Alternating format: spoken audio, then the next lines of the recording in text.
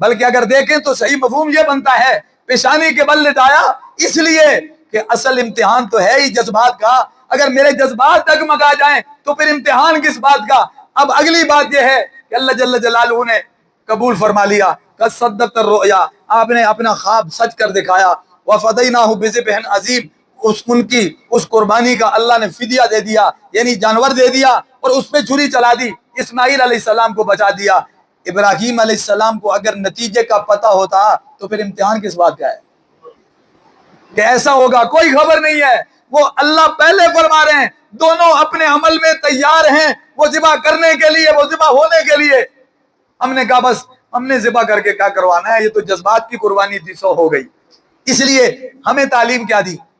کہا جانور ذبح کرو، جانور صاف ستھرا ہونا چاہیے، کانا نہیں ہونا چاہیے، لولا نہیں ہونا چاہیے، لولا لنگڑا نہیں ہونا چاہیے، اور اسی طرح بیمار نہیں ہونا چاہیے، کمزور نہیں ہونا چاہیے، یعنی عیب دار جانور نہیں ہونا چاہیے. شرائط پوری ہونی چاہیے، عمر پوری ہو. دانت تو اس کی علامات میں سے ایک علامت ہے، ورنہ اگر اس کی عمر پوری ہے تو ٹھیک ہے، کوئی عرض نہیں ہے. لیکن اگر گھر کا پالا ہوا نہیں تو لازمی بات ہے پھر علامات دیکھیں گے. پھر علامات پہ کمپرومائز مت کریں.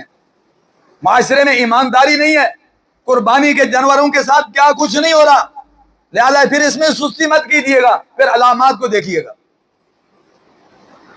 اب ہمیں نتیجے کا پتہ ہے کہ ہماری جان کو کچھ نہیں ہوگا، چھری چلنی ہے، جانور پہ چلنی ہے، ہم سے کوئی مطالبہ نہیں ہے. اور پھر ہر ایک سے مطالبہ بھی نہیں، صاحب نصاب سے مطالبہ ہے، صاحب حیثیت سے مطالبہ ہے، صاحب استطاعت سے مطالبہ ہے. وہاں بیٹے کی قربانی ہے، نتیجے کا پتہ نہیں ہے، وہ اس کے لیے تیار ہو گئے. اور ہمیں نتیجے کا پتہ ہے کہ ہماری جان پہ جناب زخم بھی نہیں آنا، ہم نے کرسی پہ بیٹھنا ہے اور سب کچھ تیار ہو جانا ہے، ہم نے ٹیبل پہ بیٹھنا ہے اور پکا ہوا ہمارے سامنے آ جانا ہے. کتنی اللہ نے آسانی فرما دی کہ ایک تو جانور لیا، دوسرا وہ بھی واپس کر دیا. کہا سارا ہی کھا سکتے ہو، سارا ہی بانٹ سکتے ہو، 3 حصے بھی کر سکتے ہو. گویا سہولت ہی سہولت دے دی، قربانی بھی کروائی جانور کی، اور وہ بھی کہا چاہو تو کھا لو، چاہو تو بانٹ لو. مجھے بتائیں وہ مشکل امتحان ہے یہ مشکل امتحان ہے؟ وہاں نتیجے کا بھی پتہ نہیں، یہاں نتیجے کا بھی پتہ ہے. وہاں جان پہ چھری رکھی ہے اور یہاں جانور پہ چھری رکھی ہے. اس لیے نبی علیہ السلام کی تعلیم یہ ہے کہ قربانی کرو، کم از کم تمہاری جان نہیں جا رہی تو تمہارے جذبات کی قربانی تو ہونی چاہیے. اما حضرت فاطمہ رضی اللہ تعالیٰ عنہ سے فرمایا، فاطمہ خون بہتا ہوا دیکھو، جانور کا خون بہتا ہوا دیکھو، پاس کھڑے ہو جاؤ، تمہیں احساس ہو کہ ایک انسان اور ایک حیوان کی قربانی میں کتنا فرق ہوتا ہے، تمہیں پتہ ہو. جذبات کی قربانی ہونی چاہیے. اس لیے احباب کرام ایک تو اللہ کا شکر ادا کریں کہ اللہ نے ہمارے لیے انتہائی آسان عمل دیا، دوسرا اس عمل کو محفوظ کریں. اس کو ایک تو آپشن ایک ہے جانور، پھر اس کو بھی ریاکاری کی نظر کرتے ہیں، نمائش کی نظر کرتے ہیں، دکھلاوے کی نظر کرتے ہیں، یہ بھی غلط ہے.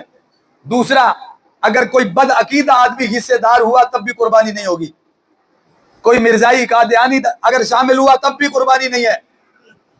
اگر کوئی منکر حدیث شامل ہے، منکر قرآن، منکر معجزہ شامل ہے، قربانی نہیں ہوگی. اگر کسی کی آمدن حرام کی ہے تب بھی باقیوں کی بھی قربانی نہیں ہوگی. پھر جانور ذبح کرتے ہوئے سب کچھ کسائی پہ نہ ڈالو. کسائی کا کام تو اب ایک فیشن بن گیا ہے نا، بلکہ ایک شعبہ بن گیا ہے، اس میں غیر مسلم لوگ بھی کام کرتے ہیں. تو اس لیے سب کچھ ان پہ نہ ڈالیں، کم از کم اس کا ذبح کیا ہے وہ اسلامی طریقے سے ہونا چاہیے. اور مسلمان کے ہاتھ سے ذبح خود نہیں کر سکتے تو کسی ذبح کرنے والے کو بلا لیں، کسی مسلمان کو جو تکبیر پھیرتا ہے، جو جانتا ہو اس سے کروا لیں. معمولی سستی کی نظر اس عمل کو نہ کرتے کہ سارا عمل ہی کیا ہو جائے، ضائع ہو جائے. اور پھر مشترکہ قربانی میں اگر کوئی اپنا حصہ چھوڑنا چاہے تو چھوڑ سکتا ہے، لیکن اگر لینا چاہے تو تول کے پھر برابر کریں گے. پھر کوئی شکل نہیں ہے رضامندی کی اور ناراضگی کی، پھر اپنی مرضی سے نہیں کر سکتے. اس لیے میں تو اکثر یہ مشورہ دیتا ہوں کہ فی زمانہ مشترکہ قربانی کا زمانہ نہیں ہے. جتنی اللہ نے توفیق دی ہے وہ کریں. نہ لوگوں کے عقیدے ٹھیک ہیں، نہ لوگوں کی نیتیں ٹھیک ہیں، نہ لوگوں کے مال صاف ستھرے ہیں. ہم خود گناہگار ہیں، لیکن کم از کم کسی کی وجہ سے تو ہمارا عمل ضائع نہ ہو. تو اپنے عمل کی بھی کیا کریں، حفاظت کریں. اللہ سے دعا ہے اللہ سمجھ نصیب فرمائے. اللہ ملک توفیق.